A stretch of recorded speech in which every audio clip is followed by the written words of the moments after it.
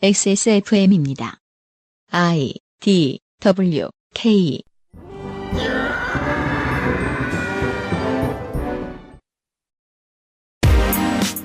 그 아실의 유승균 PD입니다. 옳은 소리 하던 사람이 조직이 썩었다고 바로 등을 돌리면 그 조직은 더 썩을 겁니다. 그리고 너무 많이 썩은 조직에서는 옳은 소리 해봐야 소용없으니까 등 돌리는 것이 나을 겁니다. 그런데 등 돌리지 않고 옳은 소리라고 계속 떠드는 그 사람이 썩었다면 또한 그 조직은 썩을 겁니다. 너무 어렵다고요? 이 정도 난이도는 돼야 그게 인간사죠. 올여름 시사 아카데미의 이야기입니다.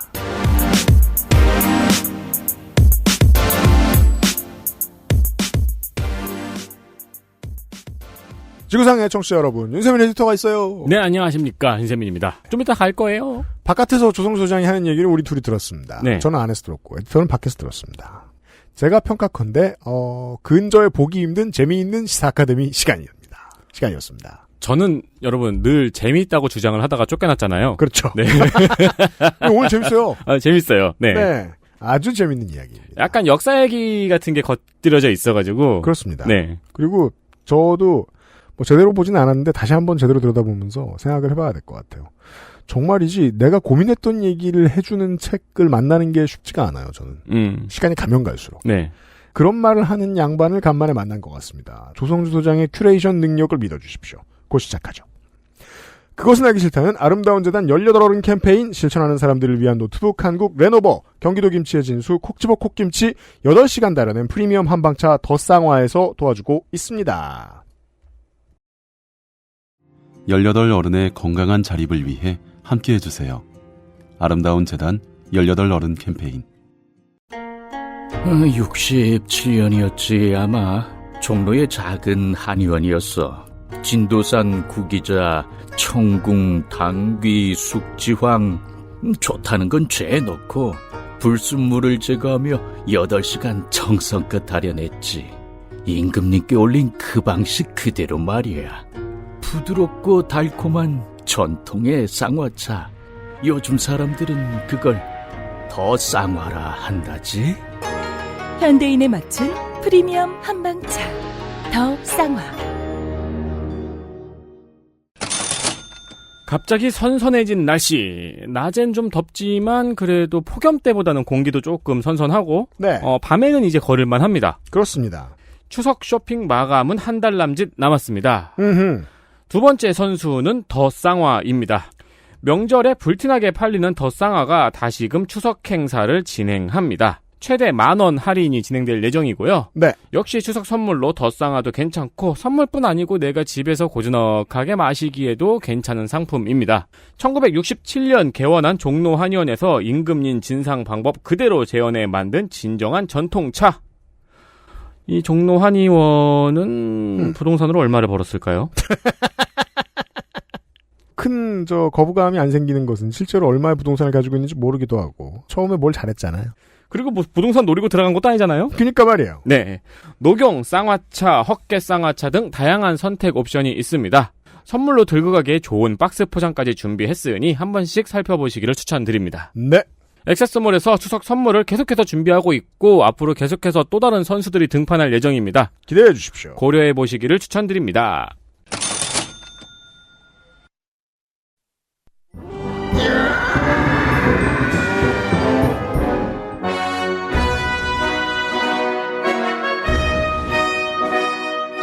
학구적인 정치 탐방 시사 아카데미.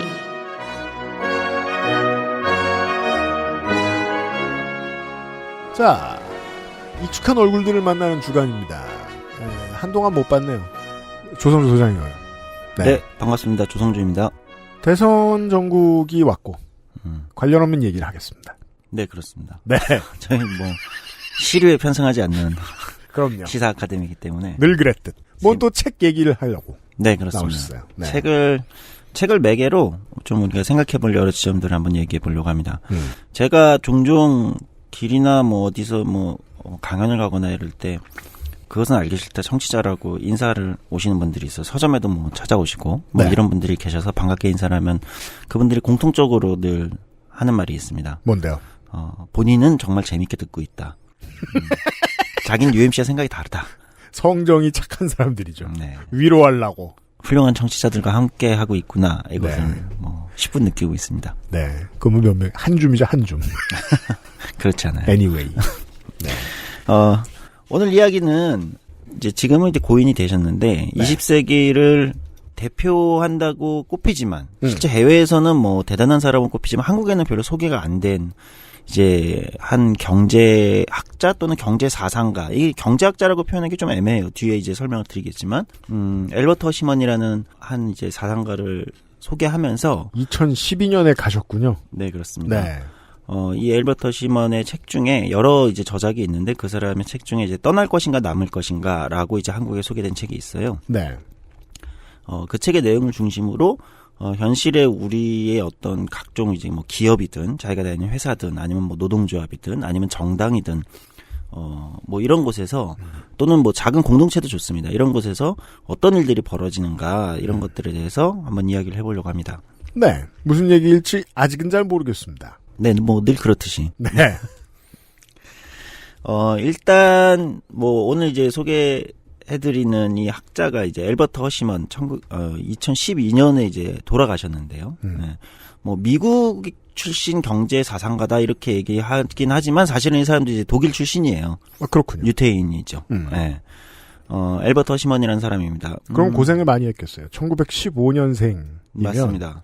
2차 대전과 나치의 파시즘을 몸으로 겪었을 양반이에요.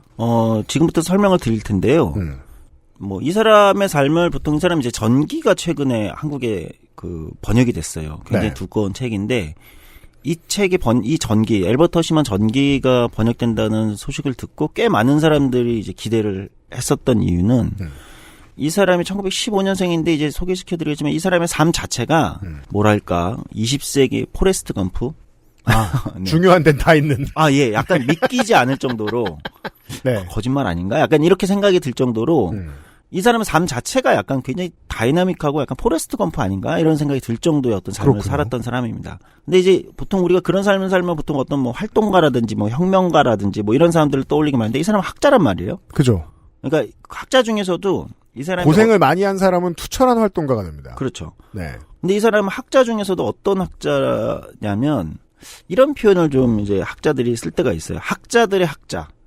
그러니까 학자들이 자기가 학자로 약간 이제 모시는 저 사람은 학자들의 학자다. 이렇게 얘기할 정도로 뭐 거의 뭐 노벨 경제학상이나 이런 걸 수상했던 수많은 사람들이 아주 이제 존경을 표하는 저 사람의 어떤 짧은 에세이 속에서 내가 아이디어와 어떤 보지 못하는 어떤 새로운 세계나 관념들을 얻게 된다. 이런 이제 대단한 사람이었던 거죠. 농구 용어에는 그런 표현이 있습니다. 네가 가장 좋아하는 선수가 가장 좋아하는 선수. 그런 거죠. 보통 이제 길거리 농구의 최강자들을 선호하는 이 빅리그에 돈 많이 버는 선수들이 있거든요. 네. 예, 그럴 때 이제 그 뉴욕의 럭커파크 같은데 선수들이 보통 그런 말 많이 쓰죠. 네가 제일 좋아하는 그 선수가 날 제일 좋아한다. 네. 학자들의 학자라고 이제 표현됐던 엘버트 허시먼이라는 사람인데 한국에는 이렇게 잘 소개가 안 됐어요, 사실은. 그리고 이 사람이 책이 몇 권이 있는데 많이 번역이 안 됐어요. 뭐 이유가 여러 개 있겠지만 근데 예. 한국 사람 중에서 이 엘버트 허시먼에 대해서 이제 언급을 많이 했던 사람은 장하준 교수가 있을 것 같아요. 예, 네. 대표적인 이제 뭐 한국에 낳은 이제 세계적인 경제학자 중 한 명이죠. 무한한 존경을 한다 이렇게 표현했던 적이 있고 우리가 한국에 좀 알려진 사람 중에는 뭐 아마티아 센 노벨 경제학상을 받았던 이제 진보 진영이 굉장히 좋아하는 아마티아 센이 가장 존경하는 어떤 학자로서 꼽기도 했고 많은 이제 그 대가들이 존경한다고 이제 표현했던 사람입니다. 제가 경험한 바에 의하면요. 지식인들이 좋아하는 지식인은요. 공부를 겁나 잘하는 사람이 아니고 네. 자기 자신을 잘 통제하는 사람들이었어요. 그렇죠. 어떤 것에 휘둘리지 않는 맞습니다. 사람. 지금 이런 때인데 저 대세에 신경을 안 쓰네? 그렇죠. 혹은 엄청 객관적으로 잘 표현하네? 아무 정치인도 안 만났나 봐. 혹은 만났는 대로 안 흔들렸나 봐. 그러면서 그런 와중에 남들이 모두가 한쪽을 바라볼 때 전혀 다른 쪽, 반대쪽도 아니고 네. 완전히 다른 쪽을 이제 근데 그게 헛소리도 아니야. 그렇죠. 예. 거기서 이제 새로운 어떤 아이디어와 이런 것들을 이제 전해주는 그렇기 때문에 이제 학자들이나 수많은 사람들이 존경했던 이제 사람이고요. 그렇군요. 일단 이 사람의 인생에 대해서 한번 이야기를 해볼게요. 그걸 풀어가면서 자연스럽게 이제 우리 오늘 본격적인 주제로 넘어갈 수 있을 것 같아요. 그럽시다. 지금 UMC가 얘기했듯이 이 사람의 얼마 전에 이제 한국에 이제 번역된 이 사람의 전기의 부제가 있어요. 한국 출판사에서 단 부제인데 그 부제가 뭐냐면 이제 전기 이름은 이제 앨버트 허시먼이고 부제가 뭐냐면 혁명을 의심하되 반동에 저항한 경제사상가 앨버트 허시먼 이겁니다. 그러니까 한쪽에 이제 혁명적 열정이라는 게 또 20세기를 대표하는 하나의 이제 흐름이었잖아요. 네. 그리고 한쪽에 이제 반동의 열정이 있었겠죠. 그렇죠. 이 두 가지가 이제 혼란스럽게 오가던 것이 20세기. 그리고 어쩌면 이제 이 와중에 이제 21세기의 새로운 버전을 우리가 지금 맞이하고 있는지 모르겠는데 이 양쪽의 모두에서 균형을 잡았던. 그래서 또 이 사람을 소개하는 대표적인 또 그 문구가 또 있어요. 진보와 보수 양쪽에서 존경받는. 똑같이 심지가 굳은 사람도 보통은 다 싫어하는 사람이 돼요. 아, 그렇죠. 다 존경하는 사람이 되긴 쉽지 않아요. 거의 불가능하죠. 네. 보통 양쪽이 다 싫어하는 그렇죠. 이런 사람이 돼야 되는데 예. 양쪽에 모두 존경하는 이런 걸로 이제 유명한데 이 사람이 이제 1915년에 독일의 베를린에서 태어났어요. 유태인 집안에서 유태인입니다. 네. 1915년에 베를린에서 태어나서 아버지가 이제 의사였어요, 의사. 근데 이제 유태인들이 당시에도 일정 정도 이제 전통을 고수하던 유태인들과 약간 이제 독일의 바이마르 공화국이나 뭐 이런 쪽으로 해서 좀 이제 동화되자 독일 사회에 이런 이제 유태인 집안 이제 계열이 있었는데 이제 허시먼은 이제 후자 쪽의 집안에서 태어난 아버지가 의사고 약간 이제 중상류층의 집안에 이제 태어났습니다. 그런 집에서 태어나서 이제 잘 자랐는데 이제 젊은 시절 1931년 정도 이제 10대 후반이 되면 의뢰 그러듯이 1931년이면 독일 사회가 이제 나치와 한쪽에서 이제 좌파의 열정이 이제 충돌을 할 때죠. 그 사이에서 또 양쪽에 또 극좌파와 극우파가 또 충돌을 할 때인데 때죠. 극좌파 또 좌파를 또 공격하고 극좌파는 보통 좌파를 제일 싫어합니다. 그렇죠. 극우보다 우파보다 이제 좌파를 더 싫어하죠. 극좌파는. 네. 이런 혼란의 시절이었는데 이때 이제 사회주의 노동자 청년단에 이제 가입을 합니다. 그러면서 이제 무슨 활동을 하냐면 주로 이제 반나치 활동을 하죠. 누구랑 했냐? 빌리 브란트랑 네. 합니다. 오. 여기 같이 왜 이제 포레스트 검프라고 하는지 알겠습니다. 네, 이때 이제 같이 활동했던 사람 중 한 명이 이제 유명한 사람은 뭐 너무 많았지만 그 중에 대표적인 우리가 아는 사람을 꼽으라면 향후에 이제 독일의 총리가 되고 독일의 이제 소위 동방정책, 독일 통일의 이제 기틀을 잡았다는 빌리 브란트와 같이 이제 사회주의 노동자 청년단에서 활동을 합니다. 그래서 반나치 활동을 하는데 그리고 이제 베를린 대학을 가는데 1933년쯤 되면 어떻게 되냐면 이제 나치가 집권을 하게 되잖아요. 히틀러의 나치가. 네. 독일을 집권하고 이제 완전 이제 뭐랄까 백색 테러가 이제 공공연히 일어납니다. 네, 공공연히 일어나면서 이제 위기가 오죠. 그래서 이제 어디로 가냐면 나치가 집권하자마자 이제 막 이제 수사가 들어오고 다 잡혀가고 막 이런 시기이기 때문에 좌파들이 파리로 이제 도피를 합니다. 누나가 한 명 있거든요. 누나랑 같이 이제 파리로 도피해서 그 당시 이제 나치 뭐 이탈리아에서는 이제 무솔리니 파시즘이 등장하고 독일에서 나치가 집권하고 막 이렇게 이제 소위 나치즘이나 파시스트들이 이제 집권하는 곳에서 대부분의 사람들이 어디로 도망을 많이 찾냐면 이제 그게 프랑스 파리라는 거예요. 네. 그러니까 이제 파리가 이제 국제 도시로서의 명성을 이제 계속 있었던 이유는 그렇군요. 이런 이제 좌우 뭐 온갖 사람들이 모여 있는 국제 도시죠. 뭐 아시아에선 당시에 뭐 상하이 같은 데가 네, 네, 그렇죠. 그렇게 비교할 수 있죠. 네. 그래서 이제 파리로 도망을 가서 나치를 피해서 이제 자기 누나하고 이제 여기서 이제 일종의 이제 해외 레지스탕스 비슷한 걸 하는 거죠. 이제 국내 나치를 몰아내기 위한. 네. 근데 흥미로운 건 이제 누나가 이제 연애를 하는데 어떤 남자와 똑같이 이제 각 나라에서 이제 도망쳐 온, 그렇죠? 도피해 온 사람들이 다 모여 있을 거 아니에요. 네. 그럼 그 사이에서 뭐 서로 이제 논쟁도 하고 싸우기도 하고 또는 뭐 연애도 하고 하는데 누나가 연애를 했던 사람이 누구냐면 이 주인공이 이제 그 누나의 애인을 같이 밥을 먹고 와서 그런 얘기를 하는데 너무 재수없는 놈을 만났다 오늘. 왜 저런 인간이랑 누나는 연애를 하냐. 네. 그 사람이 누구냐면 나중에 한나 아렌트의 남편입니다. 이건 가십성 얘기지만, 네. 그러니까 뭐 이런, 그러니까 그 누나의 전 남친이, 예, 한나 아렌트의 남편이 된다. 근데 이제 에버터시면 그때부터 재수 없다. 약간 이 독일 관념론자, 자기들도 독일 출신이지만 이 독일 관념론 좌파들은 안 된다. 이 현실을 모르는 이런 게 이제 뼛속 깊이 있던. 네. 아까 이제 사회주의 노동자 청년단 활동할 때도 극좌파랑 계속 논쟁을 하는 이거에 되게 이제 허심원이 이제 이렇게까지 이 뭐랄까 현실 감각이 없어서 되겠냐. 사실은 독일이 나치가 집권하는 데는 독일 좌파의 현실 무능력도 크게 일조를 한 거잖아요. 아니 지금 와서는 사실 뭐 관련된 사람이 몇이나 있다고 이걸 말하는 게 어렵겠습니까? 그러니까. 오랫동안 집권을 했던 좌파가 실각을 계속한 거예요. 그렇죠. 그리고 예. 히틀러한테 갖다 바친 거잖아요. 그러니까 국민들한테 신임을 잃을 만큼 잘못한 거예요. 네. 그럼 표심은 사이다 소리하는 미친 사람한테 쏠립니다. 그렇죠. 네. 그래서 이제 파리에 이제 도피를 해가지고 이제 반나치 활동, 지하 활동을 하는데 뭐 이제 이런 이제 경험을 합니다. 그러다가 네. 본격적으로 이제 파리 경영대학을 들어가서 이제 경제학을 좀 공부한 다음에 네. 다시 이제 이게 이방 공부를 한 김에 좀 할 거면 제대로 해봐야겠다. 왜냐면 이제 파리에 당시 이제 허시머드에 회고했다는 당시까지만 해도 이제 경제학이나 이런 데서 파리가 좀 수준이 낮았다는 거예요. 네. 왜냐면 이제 케인즈의 그 유명한 이제 그 일반 이론이나 고용이자 화폐 뭐 이런 책들도 당시 파리에는 번역이 안 되는 거죠. 그 정도로 이제 이게 차이가 있다는 거예요. 오, 재밌군요. 그래서 제대로 공부하려면 이제 어쨌든 당시에 이제 영국이 이제 굉장히 그 경제학이나 케인즈와 하이에크가 모두 영국에 있던 시절이니까 네. 영국으로 갑니다. 런던 정경대에 입학을 해요. 런던 정경대에는 누가 있었냐? 하이에크가 있었어요. 하이에크 수업을 들으며. 네. 근데 이제 런던 정경대 하이에크 수업을 들으면 이제 캠브리지에 있는 이제 또 케인즈가 이제 완전 이제 세계적으로 이제 이름을 날릴 때 아닙니까?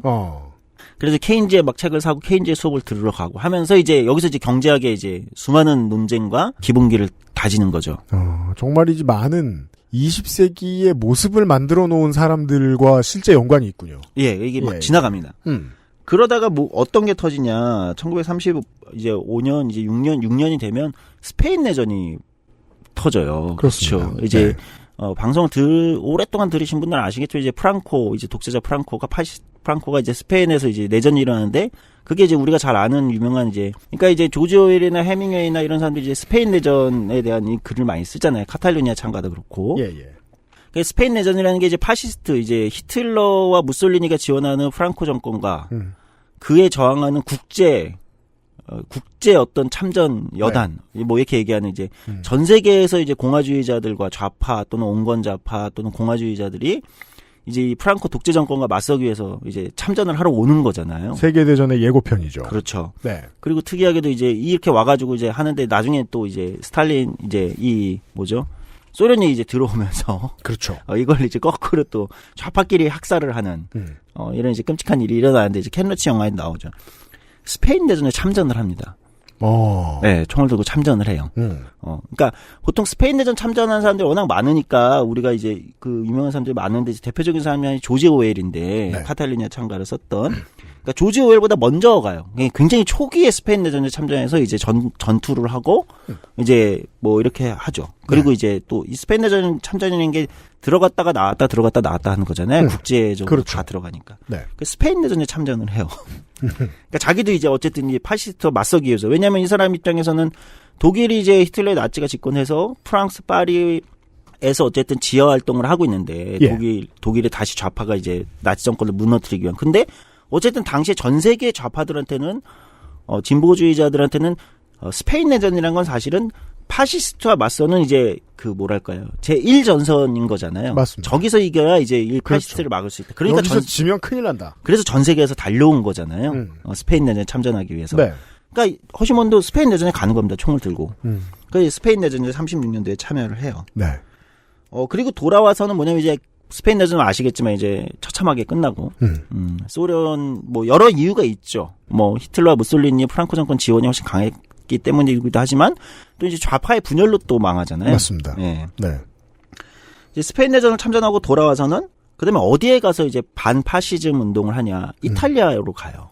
아, 네. 1936년부터 38년까지 이탈리아 이제 무솔리니 이건 이제 게임 시나리오죠. 예, 사실 이게 약간 처음 이 전기를 읽어보면 되게 온 세계를 돌고 있는데 중요한 일들이 계속 일어나고 있습니다. 여기저기 나타나요, 이 사람. 네. 그래서 이제 이탈리아에 가서 이제 무솔리니에 맞서는 반파시즘 운동을 하는 겁니다. 지하 조직 운동을 해요. 네. 그러니까 굳이 위험한 데 가서 싸우고 싶다면 너무 위험한 독일보다는 덜 위험하거든요. 네. 네. 독일은 뭐 들어갈 수가 없죠. 그렇죠. 학살을 하고 네. 있을 때니까. 그래서 이제 이 반파시즘 저항운동을 합니다. 근데 이제 이 와중에 뭐가 일어나냐. 2차 대전이 일어나잖아요. 이제 2차 대전이 발발을 합니다. 네. 그럼 이제 이 사람이 뭘 하냐. 2차 대전이 이제 전쟁이 일어난 거잖아요. 세계대전이 일어났어요. 유럽에서. 그래서 프랑스군에 입대를 합니다. 네. 프랑스군에 입대를 해서 싸워요. 근데 이제 아시겠지만 2차 대전 아시겠지만 프랑스가 뭐 제대로 저항도 못 해보고 그냥 그렇죠. 프랑스는 바로 밀리죠. 싹 점령당하잖아요. 그러니까 이제 뭐 군대에 입대를 했지만 이제 전투에 뭐 프랑스가 전쟁에서 완전히 패배했으니까 초기에. 그리고 나서 이제 프랑스군에서 이제 이 뭐랄까 유태인들이 또는 이제 국제 이 뭐죠? 다른 국적을 가지고 있는 사람들이 프랑스군에 상당히 많이 입대를 했던 맞습니다. 거예요. 네. 같이 싸운 건데 이제 프랑스가 이제 비시 정권이 들어선 거 아닙니까? 그러니까 이제 여기서는 이제 죽음밖에 없는 거죠. 맞아요. 그래서 이제 다시 지하 활동을 합니다. 프랑스 마르세유로 가서 지하 활동을 하는데 어떤 지하 활동을 하냐? 이제 독일에서 이제 막 학살이 일어날 때죠. 유태인에 대한 이제 탄압이 엄청 세질 때 아닙니까? 네. 그래서 독일에 남아 있는 지식인과 예술가와 이런 사람들을 프랑스 마르세유로 데려와서 피난시켜서 주로 이제 미국이나 다른 나라들로 망명시키는 지하 조직을 합니다. 독립운동에 매우 중요한 조직가죠. 그렇죠. 다른 곳으로 보내주는 사람. 예, 수많은 사람들을 이제 탈출시키는 거예요. 겁나 살벌한 자리입니다. 예, 그러니까 이제 이때부터 이제 가명을 쓰고, 근데 이 사람이 이제 뭐 똑똑한 사람이니까 언어를 뭐 아까 얘기했듯이 그렇잖아요. 그럴 거 아니에요. 이탈리아, 뭐 영어, 뭐 독일어 다 하니까. 네. 언어를 너무 잘하고 이제 워낙 그런 경험이 많은 사람, 이제 젊음에도 불구하고 사실은. 그래서 이걸 합니다. 지하 조직에서 마르세유에서. 그래서 이제 수많은 이제 독일의 유명한 이제 예술가 지식인들 탈출을 시켜요. 그러니까 지금까지 보면 최소 5개 국어를 일상회화를 할 수 네. 있는 사람인 거예요. 그렇죠. 이미 20대에. 그러니까 이제 가짜 신분을 가져도 별로 드러나지가 않는 거예요. 프랑스인으로 착각을 하는 거죠, 이 사람이. 이 사람이 이미. 그때 탈출시킨 사람들이 누구냐, 마르세유에서. 한나 아렌트. 샤갈. 샤갈, 우리 네. 화가. 네. 그 다음에 또 예술가 뒤샹.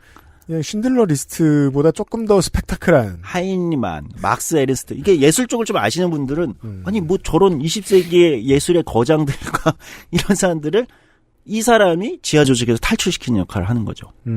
이때 한 2,000명 정도의 지식인과 예술가들을 다 탈출을 시킨 거예요. 미국으로 많이 갔죠. 당연히 많은 사람들이 그렇잖아요. KBO로 말하면은 뭐 광주일고 감독이죠. 네. 다 내가 키웠다 이런. 네. 네. 적절한 비유인지 잘 모르겠는데. 그리고 이제 프랑스에서 이제 지하 조직을 계속할 수 없겠죠. 이제 전쟁이 이제 완전 격화되고 완전히 이제 뭐 40년대 초에는 이제 거의 유럽을 뭐 히틀러가 이제 휩쓸대니까. 맞습니다. 예. 그래서 본인도 이제 점점 이제 이 수사망이 좁혀니까 이제 탈출을 합니다. 미국으로 탈출을 해요. 네.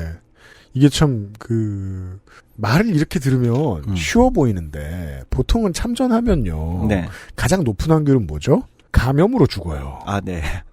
그리고 참전을 하면 하는 대로 또 사람이 생각이 바뀌기도 하고, 네. 그러니까 부역을 할 수도 있고요. 그렇죠.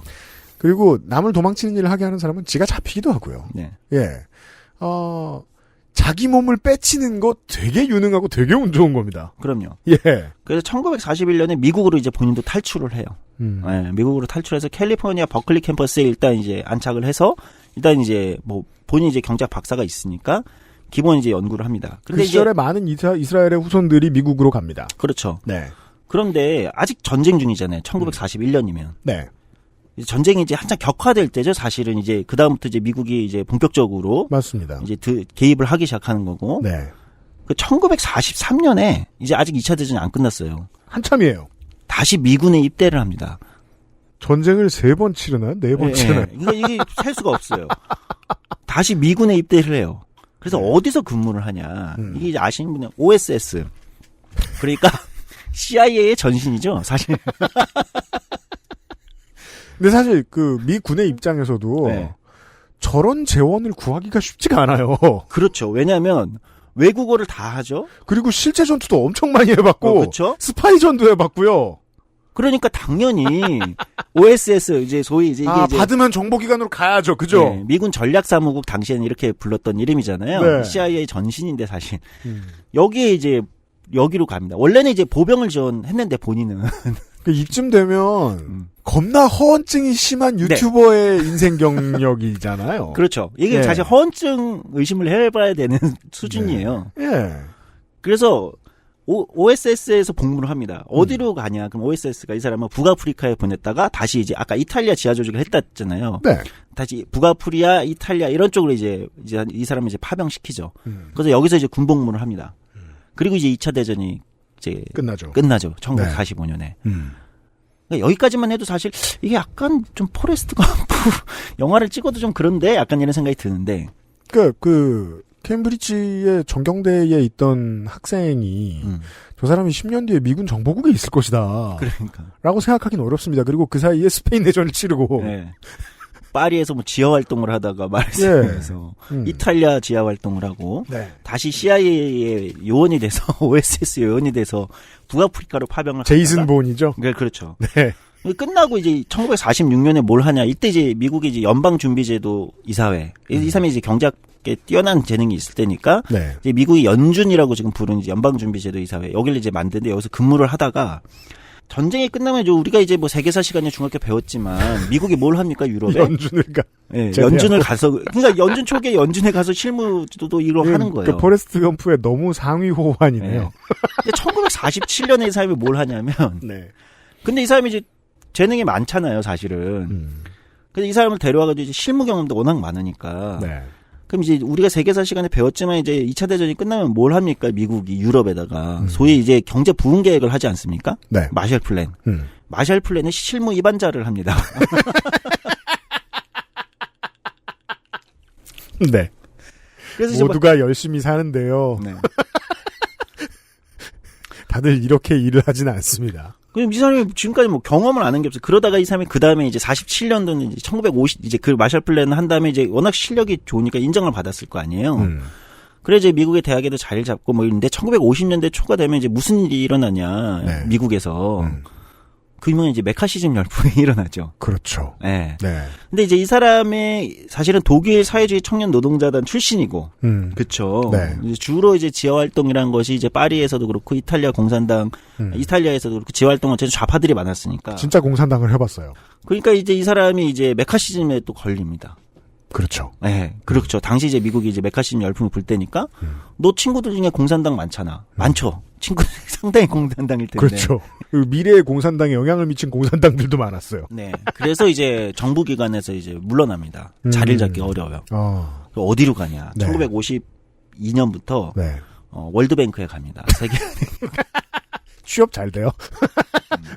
원래 그 미국이 보훈이 잘 돼가지고요. 네. 군대 갔다 온 사람들 취업 잘 돼요. 세계은행에 가가지고요. 뭘 했는데요? 이 사람이 이제 세계은행에 가서 이제 50년대 말 60년대 70년대를 거치면서 세계은행 자문관을 하면서 주로 했던 일은 뭐냐면 그 당시가 이제 이게 또 세계사를 아시는 분들은 60, 70년대 이제 라틴 아메리카가 네. 이제 일어날 때죠. 아르헨티나는 1950년대부터 약 사반세기, 브라질은 64년부터 10여 년간 각각 포퓰리즘 정권, 군사 정권이 들어섰는데 이 시기 양국은 매년 경제 성장 10%, 완전 고용, 공업 입국 등의 과제를 이루어냅니다. 이후 정치학도들로 하여금 개발 독재의 효용에 대해 연구하게 만드는 과제거리가 되지요. 2차 대전 후에 많은 나라들이 독립을 하고 네. 그러면서 이제 뭐 민족주의 열풍도 있고 뭐 좌파 열풍도 있고 그래서 라틴 아메리카가 이제 본격적으로 개발과 성장을 할 때입니다. 그 기실 그 전까지 아프리카와 다를 바 없이 신음하던 지역이 대륙이 말 그대로 깨어나죠. 그렇죠. 그러면서 이제 라틴 아메리카를 중심으로 뭐 종속 이론에서부터 수많은 이제 이 이론들이 나오잖아요. 라틴 아메리카의 주요 국가들의 경제 개발 자문을 하는 일을 합니다. 제일 재밌는 점은 이제 여기까지 들으시면 이 사람이 37입니다. 네, 그렇습니다. 재밌네요. 네, 그러면서 사상 가장 재밌는 시사 아카데미예요. 예, 이런 일을 하면서 네. 이 사람이 이제 70, 60년대가 중반이 지나게 되면 이제 대학들의 이제 자리를 잡죠. 뭐 교수 유명한 대학에 워낙 뭐 경험이 많으니까 뭐 예일대, 컬럼비아대, 하버드 이런 데 이제 교수들을 쭉 합니다. 네. 옮겨 다니면서. 근데 이제 이 사람이 그런 문제가 있었대요. 그러니까 이 사람의 책을 한번 읽어보시면은 좀 아마 느끼실 수 있는데 보통 경제학자잖아요. 어쨌든 기본적으로 경제학 베이스의 사람이고 네. 대학자잖아요. 그럼 이제 그런 사람들의 글을 읽어보면 논문을 낸 건데 논문을 사실 책으로 단행본으로 쓴 건데 읽어보면 보통 우리 같은 사람들이 잘 이해하기가 어렵습니다. 사실은 문장도 좀 이상하고 그렇죠. 이게 전혀 학술적 글쓰기를 하는데 네. 이 사람의 책을 읽어보면 그런 걸 느끼실 수 있는데 전혀 학술적 글쓰기가 아닙니다. 뭐 수식 같은 거 경제학자인데 수식이 안 들어가요. 네, 수식 같은 것도 거의 쓰지 않고 네. 문학 작품 같은 걸 인용한다든지 시를 인용한다든지. 보통 그럼 미친 사람 취급받는데. 네, 근데 아니잖아요. 지금 5만 명문대가 다 부르잖아요, 이 사람. 그렇죠. 그러니까 굉장히 독특한 거예요. 이 사람이 자기 문제를 해설하는 방식 자체가 전통적인 그 뭐랄까요 학계의 전통적인 방식하고 다른 거죠. 강의하는 것도 완전 다르다는 거예요. 그렇대요. 네. 더군다나 이 사람이 경제학자냐 아니면 정치학자냐 아니면 역사학자냐를 구분하기가 어려울 정도로 아니면 문학에도 조예가 깊기 때문에 네. 이게 구분이 안 가고 이 학문의 영역들을 학제라고 그러죠. 학문의 영역들을 막 뛰어넘는 거예요. 사실 저도 엘버트 허시만을 어떻게 알게 되냐면 전 경제학 쪽에 조예가 전혀 없기 때문에 네. 전 정치학 쪽에서 그 몇 분들이 설명하면서 엘버트 허시만 그러니까 정치학자들이 굉장히 많이 인용하는 사람입니다. 엘버트 허시만 오히려 그러니까 한국에서는 경제 쪽보다는 정치학계에서 많이 인용되기도 해요. 네. 최근에는 오히려 행정학 쪽에서 원래 많이 인용되기도 하고 그러니까 이 사람을 인용하는 게 너무 많아요. 처음에 좀 잘못한 게 학자라고 소개하는 건 좀 어폐가 있네요. 네, 사실 좀 어폐가 있어요. 그냥 모든 것이에요, 이 사람. 네. 그래서 이 사람이 이 전통적인 어떤 학계의 이런 거하고 좀 잘 안 맞는 거죠. 근데 이게 아시는 분들은 아시겠지만 이런 사람들만 모아놓는 데가 있어요. 전통적으로 대학교의 학술적 연구, 대학교에서는 잘 안 맞아. 뭐 강의하고 거기서 뭐 정기적으로 논문 내야 되고 뭐 논문 심사해야 되고 이런 건 안 맞지만 네. 똑똑해, 천재야. 그럼 이런 사람들만 모아놓는 미국에 어떤 곳이 있습니다. 그래요? 그 이제 예를 들면 우리가 오펜하이머나 뭐 이런 이제 뭐 물리학이나 이런 데서도 나중에 이제 학교에서 가르치는 거는 잘 못하는데 어쨌든 뭔가 천재적인 사람들 모아놓는 곳이 있죠. 그게 뭐 어디냐? 프린스턴대 고등연구소. 그 유명한. 예. 프린스턴 고등연구소. 1930년 뉴아크 백화점 소유주 일가가 설립한 순수학문 연구소로 역사학, 물리학, 사회과학, 수학, 생물학을 다루며 연구 분야의 제한과 심사가 없고 학위 과정도 없이 방문학자를 선정하고 모든 연구는 학자가 알아서 하도록 두는 특성을 가지고 있습니다. 우리가 잘 아는 알버트 아인슈타인과 앨런 튜링 외에도 비트와 정보 엔트로피의 개념을 발견한 클로드 셰넌, 이국적 초구의 존재를 정리한 존 밀러, 다차원 공간의 기하학과 편미분방 정식의 풀이법을 연구한 장부르갱, 다이슨이 구를 발견한 프리먼 다이슨, 필즈상을 수상한 유일한 물리학자 에드워드 위튼, 완전성, 불안정성 정리를 증명한 논리학자 그룻 괴델 등 수많은 필즈상, 아벨상, 노벨상 수상자들이 이 시설에 몸을 담았습니다. 여기서 뭐 다 만들었다, 인류의 뭐를 이런 게 있죠. 그러니까 네. 여기는 완전 너 하고 싶은 거 이런 데잖아요. 여기는 그냥 너 하고 싶은 거 해. 너는 그거에서 돈 안 벌어도 되고, 넌 그거에서 뭐 우리 뭐라 안 해. 네. 이제 여기서 엄청난 것들이 많이 나오지 않습니까? 여기에 이제 종신연구원으로 70년대에 가게 됩니다. 그러면서부터 이제 본격적으로 본인의 이제 연구 책들을 내기 시작하죠. 그러면서부터는 이제 완전 세계적인 명성을 이제 얻게 되는 거죠. 50대부터. 네.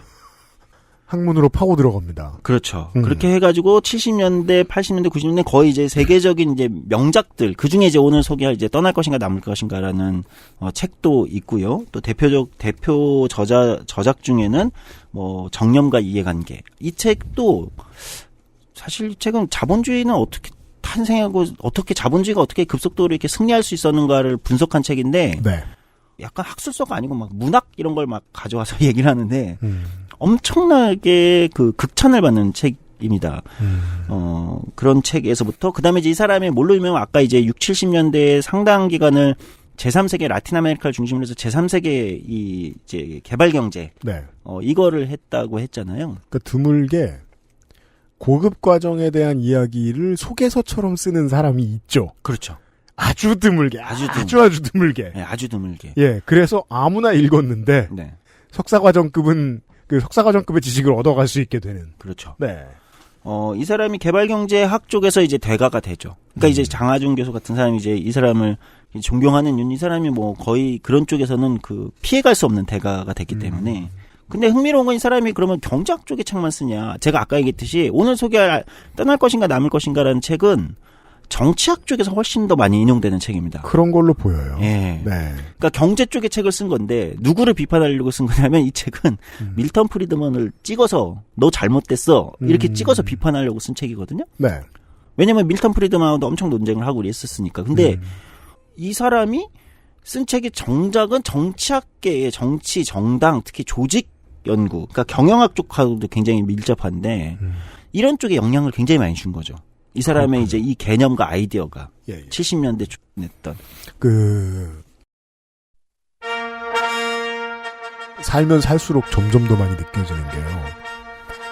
사람들이 흔히 고정관념 속에 있는 큰 일, 많은 사람들의 삶에 영향을 주는 일을 하는 사람들, 그리고 그걸 오래 수행하고 거기에서 업적을 남기는 사람들은 확고한 공통점이 하나 있습니다. 스태미너가 대단해요. 네. 에너지가 엄청납니다. 뭐 충분히 피곤할 만한 어떤 것들을 했는데 안 지쳐 있어요. 그건 하루짜리 기간으로 그렇게 볼 수도 있고 10년 데케이드의 텀으로 그렇게 볼 수도 있어요. 9년 동안 미친 듯이 대단한 일을 했어 이 사람이. 근데 안 지치고 내일 뭐 하지를 계속 생각하는 그런 사람이 극히 드물게 있어요. 네. 그래서 저는 점점 삶이 무서워지거든요. 나이 들면 들수록. 와, 에너지가 더 필요하구나 라는 생각이 들면서 아주 신기한 사례를 보고 있습니다. XSFM입니다.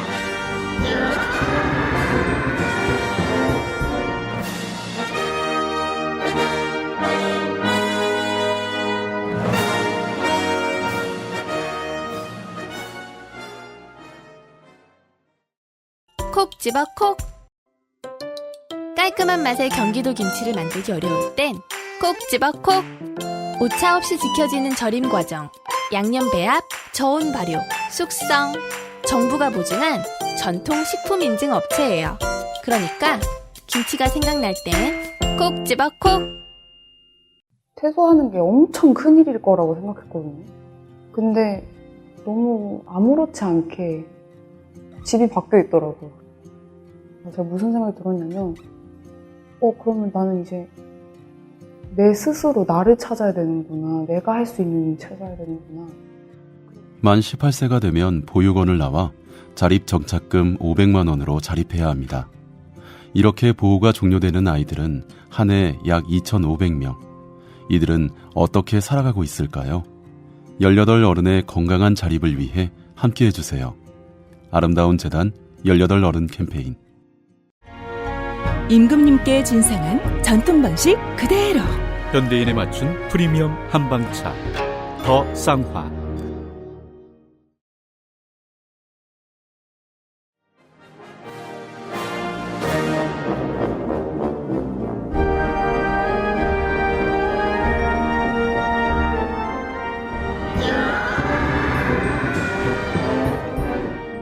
광고를 듣고 왔고요. 오늘은 그 사람에 대한 얘기보다 지금이 본론입니다. 떠날 것인가 남을 것인가. 네. 부제는 퇴보하는 기업, 조직, 국가에 대한 반응이라는 이름을 가진 책입니다. 국내 번역판의 일부를 읽어드리죠. 정치적 운동의 일상적 정책들은 특히 이러한 정치적 운동이 권력을 잡고 있지 못할 때는, 예를 들면 야당일 때는, 혹은 여당인데 지지율이 떨어질 때는, 이런 얘기겠죠. 일반 회원 혹은 유권자 모두를 대상으로 해서 그들의 지지를 잃으면 어쩌나 하는 우려보다는 눈앞에 보이는 활동적 운동가들에 의해 더 많은 영향을 받는다. 그러므로 조직이 중간 지점으로 옮겨가면 다른 급진적 변화가 있을 때보다 붙잡혀 있는 회원들이 격렬하게 저항할 것이다. 비록 급진적 변화가 붙잡혀 있지 않은 다른 회원이나 유권자의 이탈로 이어지더라도 말이다. 그러니까 목소리가 큰 사람들이 조직을 조그맣게 만들어 놓는다는 얘기를 설명하는 거예요. 네. 이 모델에서 예상되는 정치적 급진화 경향은 선거 주기가 길수록 더욱 강력하다. 왜냐하면 선거를 고려하여 붙잡혀 있는 정당 활동가들이 어느 정도 억지력을 발휘할 것이기 때문이다. 알고 읽으면 겁나 재밌습니다. 네. 그러나 이 모든 것이 그리 간단하지만은 않다. 조직에 대한 충성심을 고려해야 하기 때문이다. 와, 제가 머릿속에 평생 하던 고민들에 대한 얘기를 하고 있네요. 네. 재밌다 이거. 미리 말씀드리면 이 책 떠날 것인가 남을 것인가의 원제, 영어판 원제는 엑시트, 보이스 앤 로열티입니다. 그러니까 이제 한국판 번역을 떠날 것인가 남을 것인가 약간 이제 이렇게 한 거고, 네. 원제는 엑시트, 그러니까 탈출 이탈이죠. 이탈. 네. 네. 보이스, 목소리 또는 뭐 항의, 항의, 그리고 로열티, 충성심. 충성심. 이 세 가지 요소가 각 기업, 이 사람이 이제 이 떠날 것인가 남을 것인가 하는 책에서 기업, 정당, 노동조합, 심지어 깽단까지 예를 들거든요. 그래요. 다 이걸로 설명할 수 있겠어요. 그렇죠. 이 수많은 조직들은 어느 순간 어쨌든 정체나 퇴보나 위기를 맞이하는데 그때 반응을 어떻게 하는가. 이 세 가지 요소를 같이 고려해야 된다. 그죠.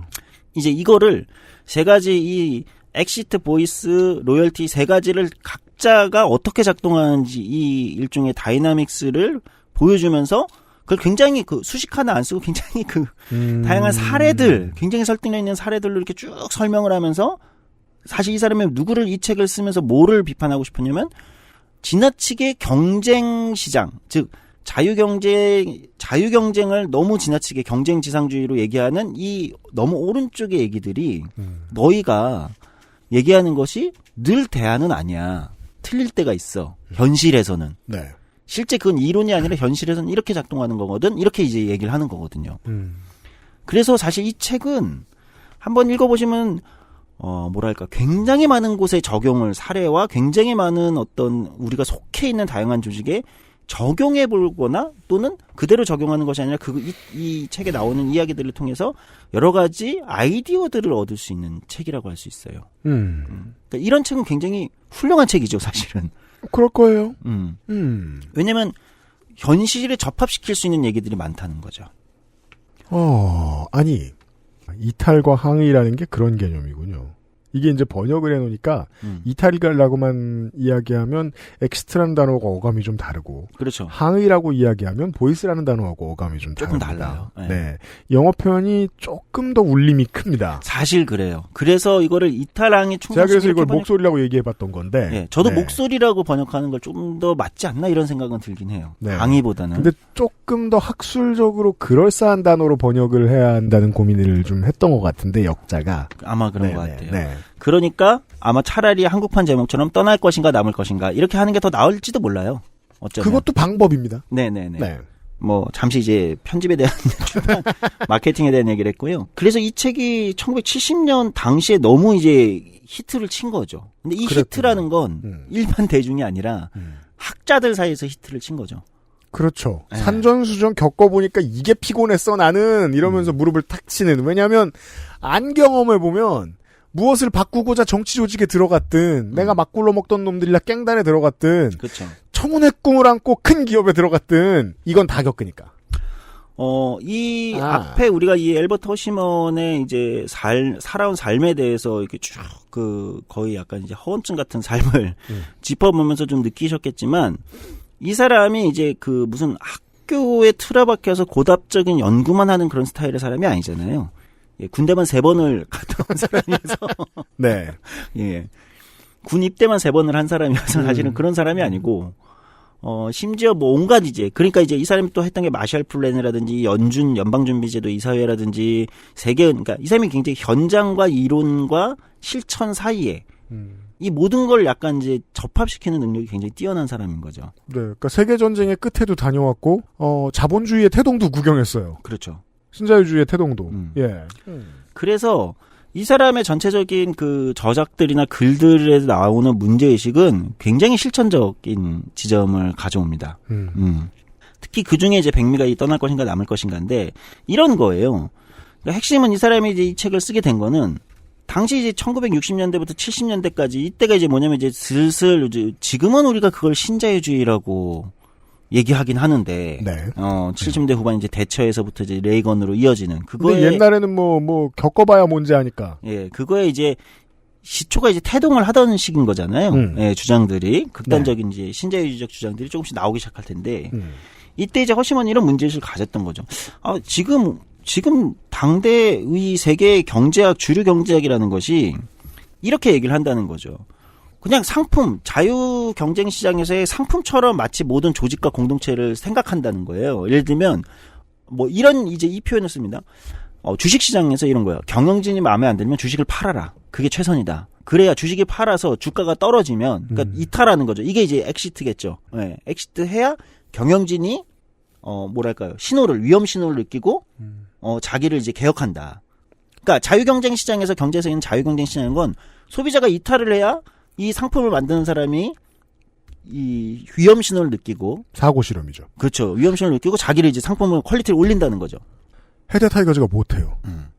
근데 사람들이 자꾸 화만 내고 경기장을 자꾸 가득 채워요. 이러면 경영진은 달라지지 않죠. 그렇죠. 롯데자이언츠가 못해요. 근데 구덕구장을 싹 비워. 옛날 얘기니까요. 네. 구덕구장을 싹 비워요. 사람들이 안 가. 네. 가장 좋은 사랑하는 방법은 테러를 저지르는 게 아니라 사랑을 안 하는 거거든요. 그렇죠. 근데 방금 얘기한 바로 이것이 일반적으로 경제학에서 얘기하는 이제 사고 실험의 기본인데 허심은 여기에 문제 제기를 하는 거예요. 늘 그런가. 첫 번째 이런 거예요. 그런데 정말 그럼 엑시트만이 어떤 문제를 해결하는 방식이냐? 이탈해버리는 것이. 이탈만이 문제를 해결하냐? 여러 사례를 듭니다.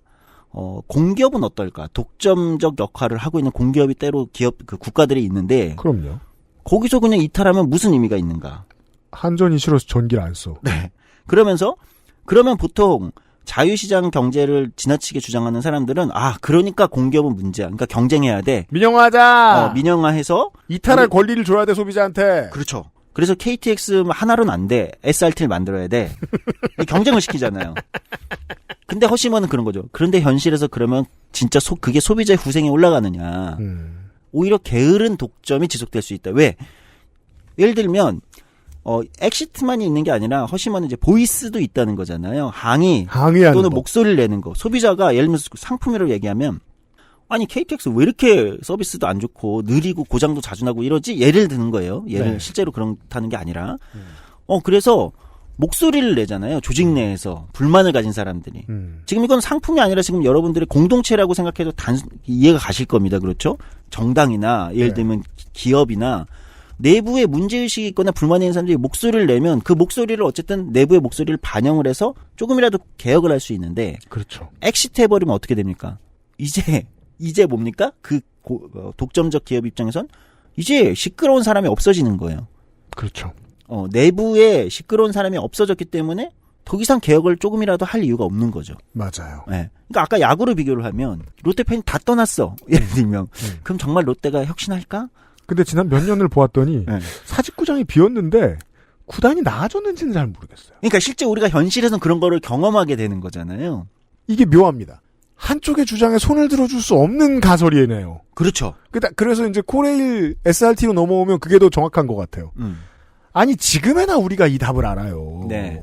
그건 실제 경쟁이 아니고 독점 2개를 늘려준 거다. 그렇죠. 그래서 오히려 게을러진다는 거죠. 근데 한 세기 전에 이걸 언제 시험해봤다고 이걸 예측할까요?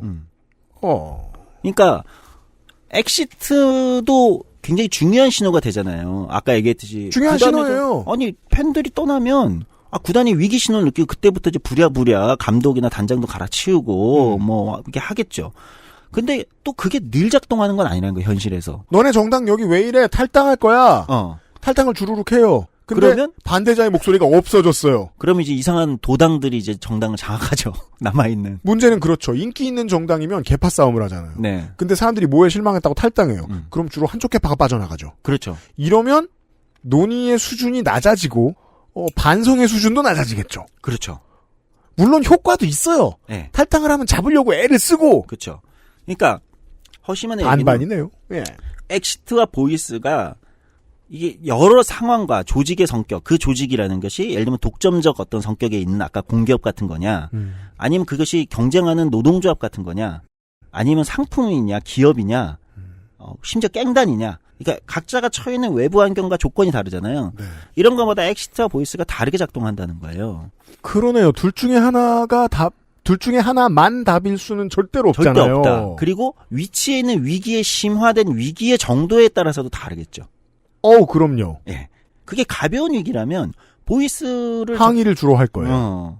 근데 아주 심화된 위기다. 네. 어떤 선을 넘었어. 우리식으로. 안 되겠네. 우린 배에서 내려야 되겠네. 그럼 이탈할 거예요. 그렇죠. 이게 다 다르다는 거예요. 근데 지나치게 경제학에서는 다른 상품을 사면 되지. 다른 정당으로 가면 되지. 그게 그냥 정치야. 예를 들면 유권자를 만족 못 시키면 정당의 지지자를 만족 못 시키면 다른 정당으로 가겠지. 유권자들은. 답은 이탈밖에 없어. 지나치게 엑시트만 강조하다 보니 현실의 문제들을 제대로 해석하지 못한다는 거예요. 이 문제 제기를 한 거죠. 또 전적으로 매우 높은 확률로 민주주의에 반하는 태도죠. 그렇죠. 사실 뒤에 결론에 굉장히 중요한 포인트가 바로 그겁니다. 항의를 하고 목소리를 내고 어제 으르렁거리고 의가 상했어도 오늘 또 보고 성질을 내고 해서 답을 내야 할 수도 있는데 그래서 여기에서 아까 원제에서 나왔던 세 번째 요소가 들어오는 것으로 보입니다.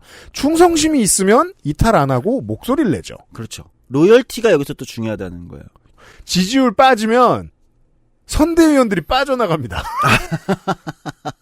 로열티가 전혀 없는 거야? 그리고 다른 선대 붙어요. 네. 아니 여당에서 야당에서 많이들 그러고 있어요 지금. 네. 근데 후보 이렇게 하면 안 되고 뭐 이런 이미지가 너무 심하고 바꾸려면 무슨 노력을 해라. 지금 그런 말 다 듣는 거 매우 귀찮겠지만 나라도 있으니까 다행인 줄 알고 들어라. 라고 싫은 소리 하려면 충성심이 있어야죠.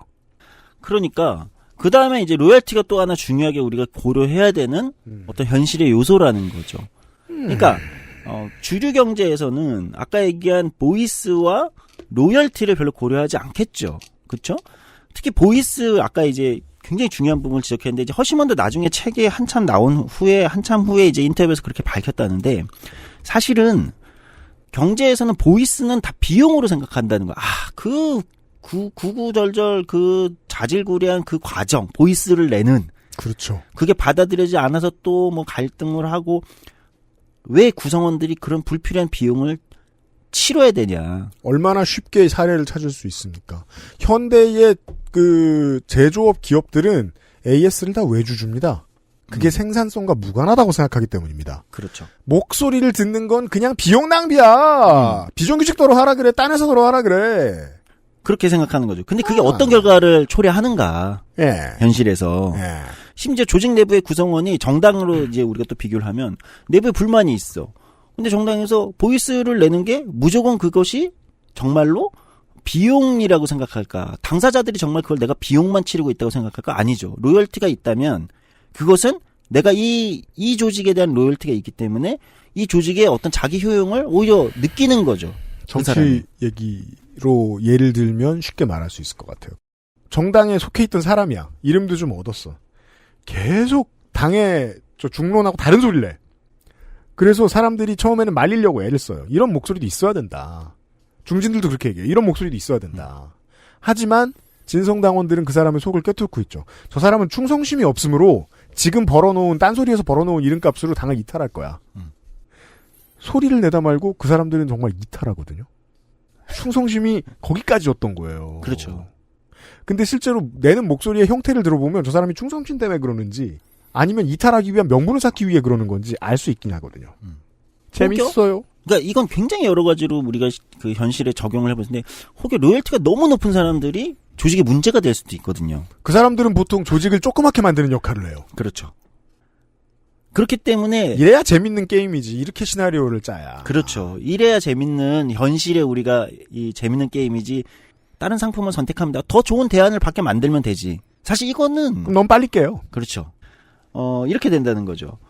그래서 그 엘버트 허시먼이 이제 이런 문제 제기를 앞에 쭉 풀어 나가는데 이걸 책을 읽다 보면 그러니까 왜 이게 두껍지 않아요, 이 책이. 그리고 문장도 어렵진 않지만 사실 책을 읽는데 시간이 오래 걸립니다. 왜? 중간중간 자꾸 멈추게 돼요.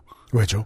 자기 경험을 생각하게 되는 거예요. 내 주변을. 좋은 문장이죠, 그게. 네, 내 경험을 생각하게 만드는 게. 그때 어땠지? 그러니까 근데 심지어 그게 기업에 다니는 사람이든 노동조합을 하는 사람이든 상품을 판매하는 사람이든 생각하게 된다는 거죠. 혹여 여기서 말하는 보이스와 엑시트, 로열티 이런 거 아닐까? 이런 생각을 하는 거죠. 가장 단순하게 또 이런 예를 들 수 있을 거예요. 애플바들이 갤럭시가 더 스펙이 좋고 더 잘 만들어도 애플바들이 갤럭시로 옮겨 탈까? 이게 이제 마케팅이나 이런 영역에서는 그런 걸 의외로 지금은 굉장히 많이 이제 고민하는 거죠. 애플을 자꾸 배우려고 하는 이유가 그거죠. 충성심을 어떻게 만들어냈지? 어떻게 만들어냈지? 네. 저거는 퀄리티만의 문제 영역은 아닐 수도 있겠다 이런 생각이 드는 거예요. 그래서 평생 아이폰을 쓰던 사람들은 안드로이드 폰들의 퀄리티를 모릅니다. 네, 아예 몰라요. 우와, 이런 카메라 이 경험을 못해요. 그렇죠. 이탈한 적이 없거든. 심지어 저는 갤럭시 쓰니까 삼성페이 이거 너무 편한데? 이런 거 모르죠. 근데 막 카메라에 관심이 엄청 많은 아이폰 오래 쓴 사람이야. 네. 그럼 그 사람은 충성심 때문에 손해보고 있죠. 그렇죠. 근데 그런 걸 감수한다는 거예요. 소비자도 심지어. 근데 정당이나 노동조합이나 그런 요소다. 어떤 조직 공동체들은 그 안에 구성원들의 각자 요구도 굉장히 복잡하잖아요. 네. 그러니까 어떻게 했느냐. 근데 그걸 너무 단순하게 시장의 어떤 이런 걸로 단순화시키는 것에 대해서 문제 제기를 하면서 근데 그렇다고 해서 허심한의 이 얘기가 그러면 보이스와 엑시트와 로열티를 적정하게 그냥 배합하면 되는 문제냐? 이렇게 단순하지 않죠. 예. 상황마다 다르니까. 상황마다 다르니까. 네. 상황마다 다르니까. 이런 얘기를 하는 겁니다. 그래서 이런 생각을 하게 되는 거예요. 그렇다면 어쨌든 조직이 위기나 정체나 퇴보의 상황에서 우리가 어떤 다양한 케이스별로 이 세 가지 요소 물론 플러스 알파도 여러 가지가 있을 텐데 를 가지고 고민하는 과정을 얘기하는데 그렇다면 이제 지금 이제 오늘 이제 또 다른 이제 본격적인 얘기로 가면 저는 이걸 읽으면서 저는 이제 아무래도 노동 문제를 많이 다루던 사람이니까 저는 뭐를 많이 고민하게 됐냐 이제 주로 노동조합에 많이 적용을 해봤어요. 저 개인적으로는. 뭐 방송을 들으시는 분들 다양하게 자기 회사에 적용을 기업에 대해 아는 게 없기도 하고. 네, 제가 잘 모릅니다. 기업 내 사내 정책을 잘 몰라서 노동조합에 적용을 해봤어요. 방송 들으시는 분들은 이미 다른 에피소드 들어서 아시겠지만 한국에 이제 복수노조 제도가 이제 시행이 된 지 이제 10년이 넘었습니다. 네. 그러니까 복수노조 제도는 처음 시행될 때 찬반이 생각보다 꽤 있었어요. 노동계 내에서도. 근데 이제 당시에 가장 큰 명분은 뭐였냐면 민주노총 쪽으로 대변되는 조금 더 이제 왼쪽의 이제 운동 진영에서는 왜냐하면 복수노조 제도 이전에는 기업에 노조 하나만 있어야 되니까 그걸 어용노조로 미리 만들어 놓으면 노조를 못 만들잖아요. 그렇죠. 회사 측에 어용노조가 미리 있으면. 어용노조를 뚫는 도구로 쓸 수 있다. 그렇죠. 그 이제 복수노조가 되면 이제 경쟁을 할 수 있고, 그럼 이제 다수노조를 향한 이제 경쟁을 하게 되니까 네. 이제 노조를 만들 수 있다. 그러면서 네. 이걸 상징적으로 얘기했던 게 삼성의 노조 만들 수 있다였어요. 무노조 그랬는데 삼성에. 제가 뭐 목요일 날도 뉴스 시간에 얘기했습니다만은 지금 실제로는 후발 어용노조를 만드는데 적극 쓰이고 있죠, 이 제도가. 그렇죠. 그러니까 이게 예상하고 완전히 다른 거예요. 네. 저쪽도 머리가 있어요. 네. 그러니까 이게 엑시트 할 수 있는 것만 만들어 놨는데 이게 원래대로 작동하는가. 그리고 나서 지금 전체적인 노동조합을 보면 이제 노조 간에 예를 들면 서로 어떤 경쟁이 일어나냐 복수노조 제도를 하고 나서 조합원 빼가기를 한단 말이에요. 그렇죠. 왜? 새로운 미조직된 사람들을 데려오는 것보다 상대의 조합원을 빼오면 나는 플러스 1, 상대는 마이너스 1. 그렇죠. 효과 2배란 말이죠. 네. 이렇게 행동하게 된다는 거예요. 그러니까 떠날 것인가 남을 것인가 책으로 돌아오면 그래 다른 대안을 만들어 놓으면 그게 더 잘 되나? 늘 그렇진 않다. 그러면 복수노조 제도 자체가 잘못된 건가? 또 그렇게 볼 수는 없죠. 왜냐하면 그렇다고 어용노조만 돌아가면 이미 맛을 본 많은 기업들이 어용노조 1노조 채울 테니까. 당시에 복수노조 제도를 디자인할 때 또는 삼성 무노조의 삼성 무노조 삼성의 노조를 만들 수 있어 이렇게 단순하지가 않다는 거예요. 심지어 이제 최근에는 이게 소위 진보적인 노동조합 내에서도 어떻게 오게 되냐면 이런 일들이 너무 많이 일어나는데 제가 이제 노사 관계를 하면서도 너무 많이 그런 걸 경험하면서 사실 노사의 갈등을 중재하는 건 짜증나고 힘들긴 해도 양쪽에 욕먹고 힘들긴 해도 할만합니다. 할 수는 있다. 노노 간의 갈등은 진짜 죽어버리고 싶은 이건 중간에 중재한다는 건 정말 죽어버리고 싶은 마음이 듭니다. 표현을 잘 들으셔야 돼요. 네. 죽여버리고 싶은 게 아니에요. 죽어버리고 싶은. 죽여버리고 싶을 때는요. 네. 그나마 답이 있다고 생각할 때예요. 그렇죠. 답이 정말 없을 때는 죽어버리고 싶죠. 네, 죽어버리고 싶습니다. 제일 힘들었던 거 얘기하라면 다 노노 간의 갈등이었어요. 네. 근데 이게 어떤 일이 일어나냐. 이 소위 말하는 이제 엘버트 허시먼식으로 얘기하면 엑시트가 이제 쉬워진 거예요. 복수노조 제도 때문에. 왜? 네. 비용이 안 드는 거예요. 엑시트에 비용이 안 드는 거예요. 그러니까 노동조합 내에서 집행부 선거를 했어. 근데 경선을 했어. 근데 노선이 다를 수 있잖아요. 노선이 다른 쪽이 이겼어. 그럼 진 쪽이 우르르 빠져나간다. 그냥 복수노조를 만드는 거예요. 네. 예전 같으면 뭘 하겠습니까? 조직 내에서 보이스를 조직하겠죠. 다음 선거 그렇죠. 이기기 위해서. 네. 근데 이제는 비용이 안 들잖아요. 엑시트 하는데. 그냥 엑시트 해버린다는 거예요. 제가 그래서 이렇게 생각하죠. 계파 싸움이 더 나은가, 여러 개의 당이 더 나은가. 계파 싸움이 났습니다. 상황에 따라 다르겠지만. 다시 상황에 따라 다르지만. 많은 경우에. 저의 편향된 경험에서는 계파 싸움이 났습니다. 시사 아저씨 얘기 들으시잖아요. 자민당 하나라서 그건 안 좋아요. 네. 그렇지만. 네. 네. 아니, 그래서, 이런 겁니다. 엑시트를 해버리는 거예요. 보이스를 더 이상 노동조합 내에서 최근에 보이스를 조직할 필요가 별로 없어지는 거죠. 근데 제가 아까 얘기했듯이 엑시트만이 답이 아니고 보이스만이 답이 아니지만 보이스는 보이스대로의 역할이 있단 말이죠. 허심원의 얘기에 그렇죠. 따르면. 네. 그것이 조직을 훨씬 건강하게 만드는 또 때로는 역할을 한단 말이죠. 어느 시점과 어느 케이스에서는. 근데 이제 보이스의 역할은 점점 이제 노동조합 운동 내에서 점점 낮아지는 거예요. 그걸 좋아하는 사람이 드물어요. 엑시트만 하는 거죠. 근데 여기서 다시 로열티를 하나 들어가 보죠. 근데 아까 우리가 지적했듯이 애플이 물건 한번 요즘에 이번 애플 아이폰 12가 조금 그렇다 해도 막 애플바들이 갑자기 막 갤럭시바로 넘어가고 이러진 않잖아요. 이탈 안 해요. 로열티가 있으니까. 근데 노동조합은 왜? 그러니까 사실 노동조합이야말로 로열티가 굉장히 강해야 되는 조직이잖아요. 맞습니다. 사실 로열티가 오히려 상품에 대한 로열티보다도 강해야 되는 조직 아닙니까?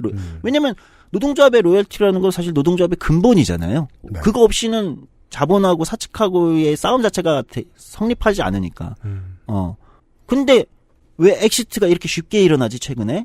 각종 노동조합들에서 선거 한번 졌다고 예를 들면 마음에 안 들면 그냥 나가고 제가 MZ세대 노조 최근에 뭐 이렇게 일부가 이제 강조하지만 저도 이제 다 그렇다고 생각하진 않아요. MZ세대 노조는 MZ세대 노조대로 장점도 있고 긍정성도 있다고 생각하지만 하지만 요즘에 이제 이게 복수노조도 엑시트가 쉬워지는 엑시트의 비용이 안 드니까 노조를 너무 쉽게 선거에 지면 만들고 직종 그 한 기업 내에서 또는 어느 내에서 그냥 자기 직무별로 노조를 만들기도 하고 그렇죠. 뭐 사무직과 생산직일 수도 있지만 더 세부적으로 가기도 해요. 네. 뭐 정비 예를 들면 뭐 이렇게 복수노조를 만들 수 있다는 거예요. 이거 로열티로 다시 돌아오면 아니 우리 노동조합이 이렇게 로열티라는 게 없었나? 라는 충격에 휩싸이기도 하는 겁니다. 그리고 그 충격이 꽤 필요한 노조들이 많이 있네요. 점점 많아지는 거예요. 특히 공공부문의 노조들이 최근에 그런 걸 경험하고 있습니다. 사례로 들어오면 이해가 훨씬 쉬운 게 제가 지금 정확한 명칭은 생각 안 났습니다만 현대차 사무직 노조가 생겼죠. 네. 이건 우리가 흔히 알고 있는 울산의 그 거대한 강력한 그 노조가 아니죠. 네. 양재동의 젊은 친구들이죠. 맞습니다. 현기차 쌍둥이 건물 한층 낮은 한층 높은 건물 거기에서 일을 하고 네. 주로 그 사람들이죠. 이 사람들이 울산의 베테랑들한테 무슨 충성심을 느낄까? 그러니까요. 제조업 거대한 트레디셔널한 노조의 노보를 보고 무슨 감동을 받을까?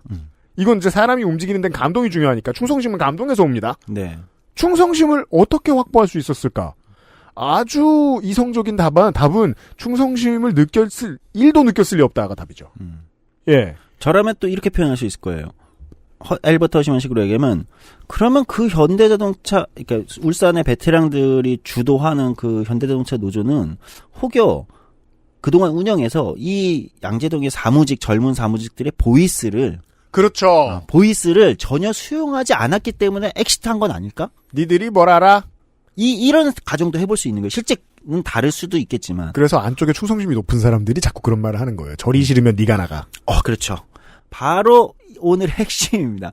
아까 제가 처음에는 경영진이 마음에 안 들면 주식을 팔아라가 그 소위 말하는 월스트리트의 격언이었는데 허심한은 그것은 틀렸다라고 하면서 얘기를 하는데 한국식으로 얘기하면 절이 싫으면 중이 나가라가 오히려 절을 망하게 한다는 거예요. 수많은 절들을 망하게 한다는 거예요. 그럴 수도 있다. 늘 그런 건 아니지만. 늘 그런 건 아니라는 게 되게 중요합니다. 네, 망해야 될 때는 나가야 된다, 과감하게. 그렇죠. 네. 그게 언제인지를 보는 게 사람의 완성도예요, 종종. 물론 그건 또 운에 맡겨지기도 합니다만. 그래서 노동조합으로 다시 돌아오면, 그러니까 이렇게 해서 최근에 벌어지고 있는 이 복수노조 제도와 결합돼서 벌어지고 있는 수많은 기업 내에서 갈라지든지 세대별로 갈라지든지 이게 이제 상층으로 오게 되면 엘버트 허시먼은 당시에 이제 미국의 노동운동을 가지고 이제 책에서는 떠날 것인가 남을 것인가에서 이제 예를 드는데 이제 이 2차 대전 직후에 뉴딜 시대에 이제 AFL과 CIO가 나눠져 있을 때 네. 그것이 전체 미국 노동운동에 둘이 경쟁하면서 경쟁적으로 이제 조합원을 모았단 말이에요. 근데 실제 나중에 확인을 해보니 분석을 해보니 이게 미국 전체 노동운동의 힘을 강화시키지는 않더라. 왜? 양쪽이 서로 조합원 빼가기만 했다는 거예요. 그렇죠. 거기에 그게 비용 대비 효과가 좋으니까 거기에 주력하게 되면서 실제 전체 미국 노동운동의 힘이 강해진 게 아니다. 이게 무슨 경쟁의 효과가 있는 거냐. 요즘 대선 경선이네요. 네, 그럴 수도 있습니다. 아무도 파일을 안 늘리고 있죠. 제가 뭐 대선 경선 요즘 주의 깊게 안 봐서 잘 모르겠는데. 저도 계속 열심히 안 보다가 김민아 때문에 열심히 좀 봤는데 이번 주에. 네. 보니까 그러니까 이게 얘기했잖아요. 그 이쪽에서 이탈하고 저쪽에서 받아오는 건 마이너스 1 플러스 1이잖아요. 네. 그러니까 한쪽이 언더를 치면 한쪽이 복일 칠 수밖에 없는 상황이잖아요. 그렇죠. 결국 제로섬이에요. 근데 제로섬은 보통 다 망하는 길이에요. 네. 그래서 무슨 얘기를 하고 있었지? 어쨌든 대선 경선으로 넘어가니까 제가 죄송합니다. 뭔가 누가 누군지를 잘 헷갈리고 있어서. XSFM입니다.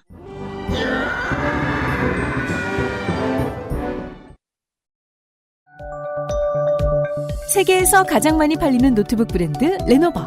뛰어난 가성비로 당신의 라이프 스타일을 변화시킬 아이디어 패드. 지금 바로 액세스몰 전용 특가로 구매하세요. Lenovo for those who do.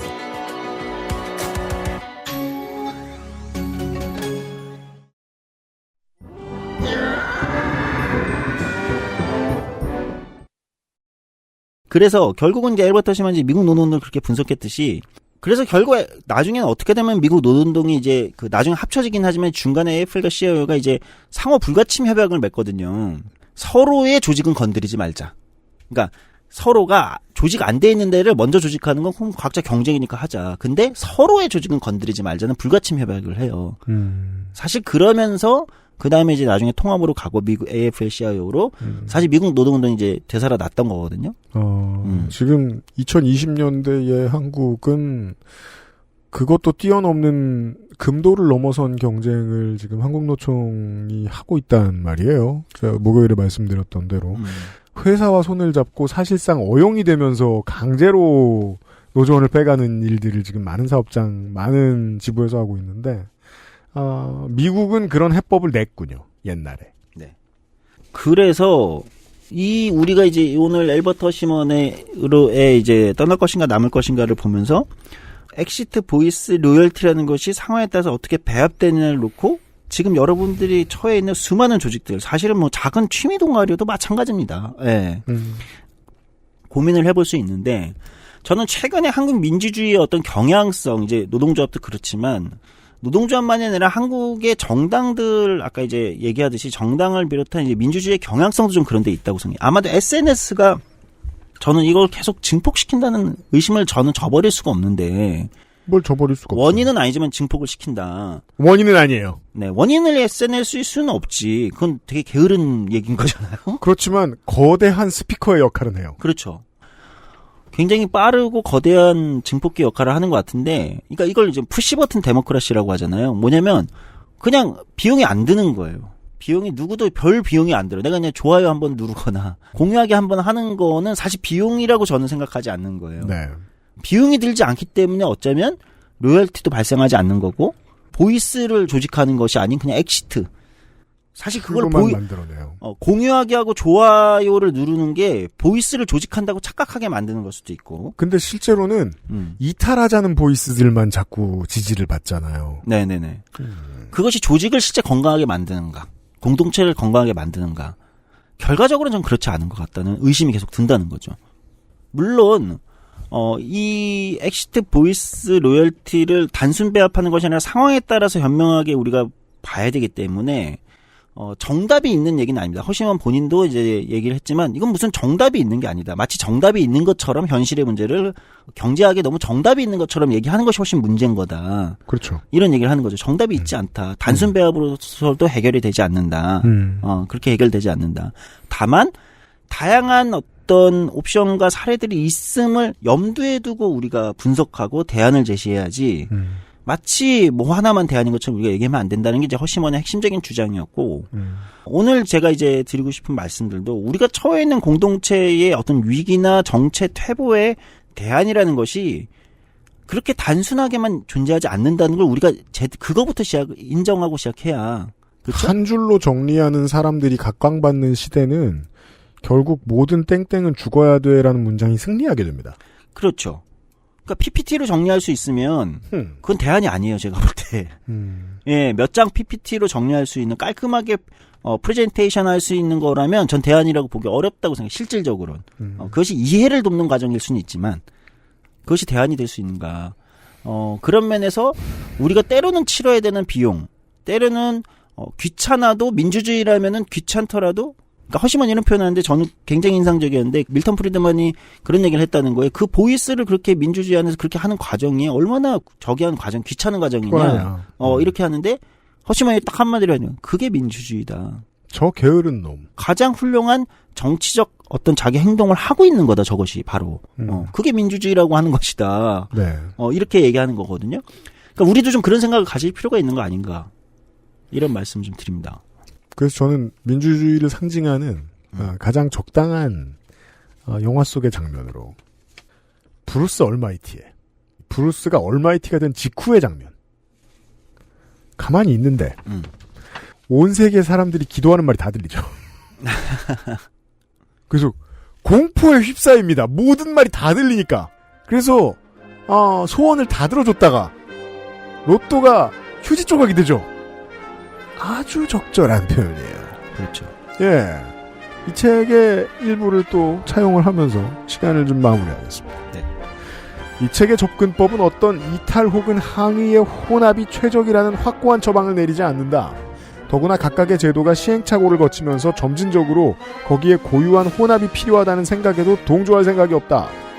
어떤 특정 시점에서 두 가지 방식 중에 하나가 모자란다고 말할 수는 있겠지만 장기적으로 어떤 방식이 가장 효과적인 혼합이라고 단정적으로 말하기는 어렵다. 이유는 간단하다. 각각의 회복 메커니즘은 그 자체로 이 책이 계속 제기했던 퇴보의 세력에 노출되어 있기 때문이다. 저는 이런 결론 너무 좋아해요. 똑같은 일을 해도요. 사람들이 모여서 하는 일엔 또라이가 붙어요. 그렇죠. 그런 장애물이 없이 인간사를 헤쳐나가려고 한다? 아유, 그렇게 게으르면 안 되죠. 이런 얘기였습니다. 믿어주십시오. 가장 재밌는 시사아카데미였습니다. 조성주 소장 수고하셨습니다. 감사합니다. XSFM입니다.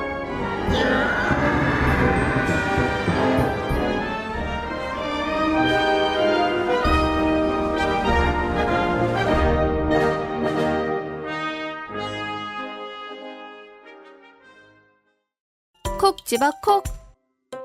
식구가 많아도 나 혼자 살아도 김치는 콕 집어 콕.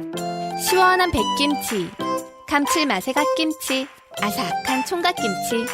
무게도 포장도 원하는 만큼 다양해요. 그러니까 김치가 생각날 땐 콕 집어 콕. 오늘날 찾아볼 수 있는 가장 완벽한 비즈니스용 노트북 싱크패드 T 시리즈. 지금 바로 액세스몰 전용 특가로 구매하세요. Lenovo for those who do.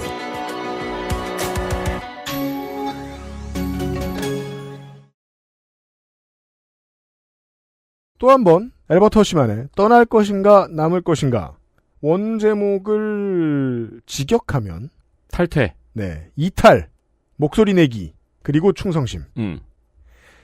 인간사를 이렇게 세 개의 요인으로 구분해 볼 수 있습니다. 탈퇴, 글쓰기, 침묵질. 제가 약한 게 침묵질이잖아요. 네. 지난 10년 동안 계속 생각했거든요. 침묵질은 되게 꼭 필요한 요소다. 나한테 없을 뿐. 잘하는 누군가가 있어야겠구나. 재밌는 거는 지금 이제 많은 트래픽을 소화하는 커뮤니티들에서 또 금지하는 게 침묵질이잖아요. 그쵸. 네. 이탈과 항의는 침묵질에 비하면 문제가 생겨도 해결이 쉬워요. 그런 거죠. 근데 침묵질은 감정이 얽혀 있으니까. 네. 여기서 문제가 발생하면 큰 문제가 됩니다. 근데 뒤집어 생각해보죠. 이게 뭐 그냥 게시판 커뮤니티다. 최소한의 침묵질이 안 되면 오래 머물러 있지 않아요. 네. 그게 예전에 에디터가 얘기해줬던 게시판을 옮긴 게 어떤 사람에게 매우 큰 일인 이유죠. 어느 정도의 충성심은 다들 있는 거예요. 마지막으로 한 구절을 더 읽어드리죠. 이탈의 방식이 이것 아니면 저것의 확실한 구분만을 필요로 하는 것이라면 항의의 방식은 기본적으로 계속 새로운 방향으로 발전하는 예술이다. 그래서 제가 개파가 구체화되는 사이에 정치를 들여다보고 있으면 그게 참 꼴보기가 싫죠. 예를 들어 한 사람이 싫어요. 한 사람의 정치인이 싫어요. 네. 근데 그럼 그 한 사람의 정치인은 어떤 걸 잘하거든요. 근데 그 가치도 부정을 해버려요. 그러면서 둘 중에 하나를 고른다고 해버리니까 자기가 이제까지 좋아하던 많은 가치도 같이 져버려요. 그런 극단적인 사람들이 되게 많아요. 네. 이탈은 종종 그런 위험성을 가지고 있습니다. 이러한 상황에서 여기서 두 대안이란 도망가거나 목소리를 내거나죠. 두 대안이 모두 가능한 경우라면 이탈 방식을 선호하는 편견이 생긴 것이다. 고객이나 구성원은 항의하는 방식이 돈도 적게 들고 더욱 효과적인 방법을 발견해낼 가능성이 있을지라도 대체로 과거의 항의 방식이 치러야 했던 비용과 효과에 근거하여 결정을 내릴 것이다. 그러므로 이탈 방식이라는 대안이 존재하는 경우 항의 방식의 발전은 위축되는 경향을 띠게 된다. 저는 이게 대한민국의 발전 사항이 다른 나라에 비해 눈부시게 빠른 중요한 원인 중에 하나라고 생각합니다. 다들 도망가는 것 같지만 주로 겁나 따지죠. 그렇죠. 예. 항의에 좋은 예. 오늘날의 한국이라고 생각해요. 네. 네. 말씀하시는 걸 계속 듣고 있는데 이 세 개를 다 해본 정치인이 생각이 나네요. 누구요? 유승민. 대부분의 정치인은 이 세 개를 다 해봅니다. 이렇게 티나게 다 한 사람도 덜어 있지만. 네. 제가 좋아하는 시사 아카데미의 이야기는 보통 이렇습니다. 답이 참 어렵다는 걸 알아라. 답이 참 어렵습니다. 대선 시즌이고 적지 않은 청취자 여러분들이 작게는 한 표를 행사하기 위해서 당원 가입도 안 하셨던 걸 하시고 크게는 이제 개파 싸움도 열심히 하시고 트위터에서 뒷담도 겁나 까시고 네. 열심히 하신다는 걸 알고 계십니다. 사람이 열심히 하다 보면 표정이 변하고 얼굴색이 변하고 그래요. 그러다 다시 돌아오면 됩니다. 근데 그 돌아오는 게 아주 어렵습니다. 저는 그 시사 아카데미를 그러니까 열심히 들었다는 보람 같은 게 요즘에 좀 느껴지는 것 같아요. 네. 그러니까 저게 정치 세력화구나. 네. 갱스 오브 뉴욕이구나. 그렇죠. 네. 정치 세력화는 아름답지 않습니다. 그렇겠죠. 아무래도. 네. 결론은 얼마나 멀리 가지 않고 제정신을 가지고 낼 수 있는 사람들이 많느냐가 중요합니다. 네. 그리 되길 바랍니다. 결국 뜬구름 잡는 대선 이야기로 한 주를 보낸 426회의 그것은 알기 싫다였습니다. 다음 주에는요. 문학 특집. 맞죠? 네. 여름 문학 특집. 문제는 여름이 다 갔죠. 그렇죠. 하지만 핫 입추. 긍정적인 낭보. 우리는 집에 좀 더 있어야 합니다. 그리고 이런 얘기 들으면 기가 팍 쇠하고 속이 상한 분들도 있는 것 같아요. 제가 방송이 끝나고 나가서 조성수 소장하고 얘기를 했는데 조성수 소장은 여행을 참 좋아하고 네. 돌아다니는 걸 좋아하고 혼자 있는 걸 좋아하는 동시에 사람들을 만나는 걸 좋아하기 때문에 정치를 할 수 있는 것 같아요. 그러니까 스몰 여행을 되게 많이 다니시잖아요. 그러니까 말이에요. 소소한 여행을 참 네. 좋아해요. 그래서 이제 슬슬 힘들어지는 거예요. 근데 저는 아직 이해를 못하는 거예요. 저는 혼자 있는 체력이 전혀 떨어지지 않았으니까. 제 삶은 지금 초등학교 때랑 똑같거든요. 그러니까 아무데도 안 가고 학교 집, 슈퍼, 학교 집, 슈퍼, 컴퓨터. 저는 그렇게 6년을 살았잖아요. 네. 6년이면 12년을 살았어요. 근데 문제 없었거든요. 지금이라도 오은영 선생님 한번 만나보는 것도 내가 뭐가 문제인지 네. 알려주실 수 있는 유일한 분. 네. 그분을 만나는데 큰 돈이 드는 건 당연합니다, 청취자 여러분. 그래서 제가 이렇게 말씀드리는 게 어떤 분들에겐 속이 상하실 수도 있겠습니다. 혼자 있는 체력을 기르시고 동시에 좋은 생각을 해주셔야 됩니다. 좋은 생각은 뭐? 명작을 만날 시간이 많아요. 만나는데 시간이 아주 오래 걸리는 네. 명작을 만나겠고요. 네. 살면서 좋은 생각을 가장 많이 했던 때가 떠오르네요. 훈련소? 네. 왜냐면 좋은 생각이 옆에 있잖아요. 그러니까요. 변기 위에 앉았더니. 네. 그리고 반신반의했지만 의외로 히트한 이가용 코너가 돌아옵니다. 왜냐? 스스로 분석을 해봤는데 팟캐스트 시장은 주로 싸우는데 눈이 벌게진 중년 팬들이 많죠. 근데 팟캐스트는 중립적인 플랫폼이니까 젊은이들도 많이 찾죠. 주고객들을 만족시키기 위한 얘기만 하니까 이가연 팀장이 하는 말 같은 말을 들어보질 못했던 거예요, 잘. 그러니까 실제로 이제 구구절절한 후기가 많이 왔죠. 네. 후기 보내주신 많은 여러분, 나도 그런데 생각 많이 해보신, 혹은, 얘가 그랬구나 생각 많이 해봐주신 모든 청취자 여러분들 감사합니다. 네. 뜨거운 반응 고맙습니다. 이가연 팀장하고 시간 나는 대로 여러분들의 이야기를 전달해서 얘기를 좀 더 나눠보고, 이가연 팀장의 얘기를 들을 겁니다. 다음 주도 알차게 준비할 겁니다. 그것은 알기 싫다. 426회였습니다. 기죽을만 하나 더 해볼까요? 어떤 스탠다드는 만들어져서 변하지 않기도 합니다. 스마트폰이 우리 손에 쥐어진 다음부터 우리는 스마트폰 없이는 살 수 없는 사람들이 되었습니다. 이러한 빠른 속도의 변이의 팬데믹이 찾아오고부터 우리는 영원히 빠른 속도로 변이하는 팬데믹과 살아야 할 수도 있습니다. 염두에 둡시다. 그것은 알기 싫다였어요. 안녕히 계세요. 안녕히 계세요. XSFM입니다. I, D, W, K